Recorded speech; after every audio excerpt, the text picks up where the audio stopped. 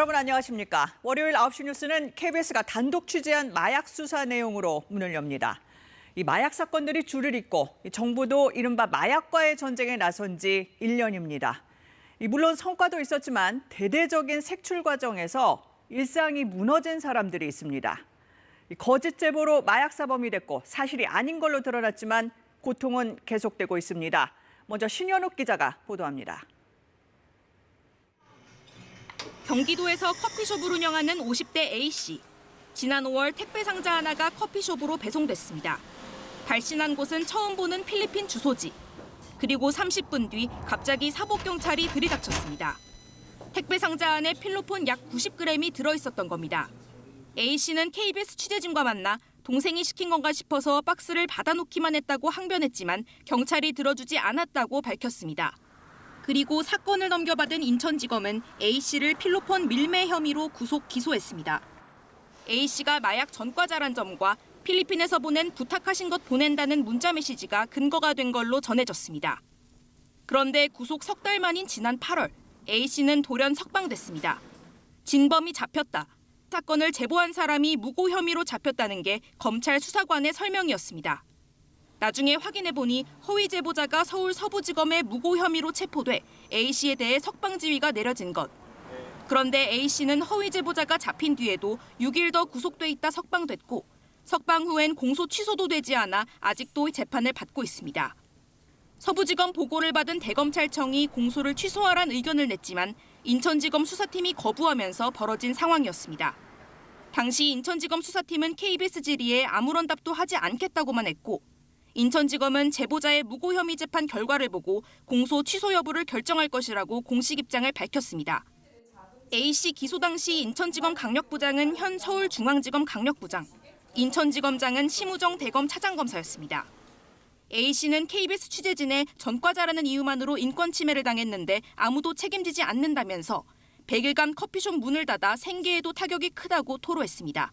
KBS 뉴스 신현욱입니다. 그럼 이런 거짓 제보가 어떻게 가능했을까요? KBS 취재 결과 이 제보자는 국정원의 마약정보원으로 활동해왔고 국정원의 실적 요청에 사건을 꾸민 걸로 드러났습니다. 단독 보도 계속해서 황다혜 기자입니다. KBS가 확보한 A씨 마약 사건의 허위 제보자 손모 씨의 무고 혐의 공소장입니다.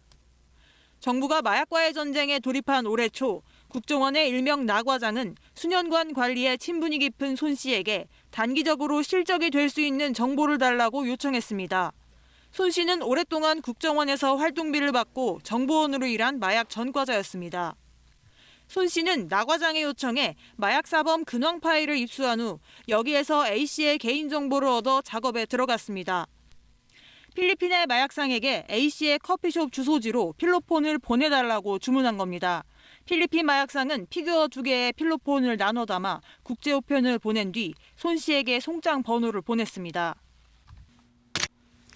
손 씨는 필리핀 마약상이 찍어보낸 송장 사진을 국정원에 전달했습니다. 국정원은 이를 인천 세관에게 주며 이 우편물에 마약이 있다고 알렸습니다. 그리고 세관특별사법경찰은 우편물의 배달 경로를 추적해 A씨를 체포했습니다. 손 씨는 휴대전화 압수수색에 대비해 A씨 앞으로 부탁하신 것 잘 처리했다는 문자 메시지까지 보내두게 했습니다. 한편의 연극 같은 손 씨의 마약 사범 만들기는 다른 사건을 수사하던 서울 서부지검의 꼬리가 밟혔습니다. 이렇게 적발될 때까지 A씨 사건 조작은 전혀 포착되지 않았습니다. 실적을 요구한 국정원, A씨를 추적해 체포한 세관, 구속 기소한 검찰, 재판을 진행 중인 법원까지 모두 말려든 겁니다. 해당 기관 중에 손 씨의 조작을 눈치챈 곳이나 검증한 곳은 없었고 책임진 곳도 당연히 없었습니다. 수사 내용과 관련해서는 말씀드릴 수 있는 내용은 없고 재판 결과를 좀 지켜봐야 될 것 같고요.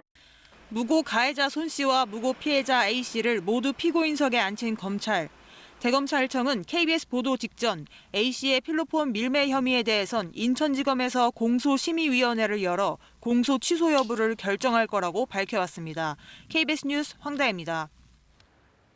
억울하게 마약 사범으로 몰린 사례는 또 있습니다. 이 수사 과정의 뒷얘기까지 추가 취재한 내용 내일도 이어서 전해드리겠습니다.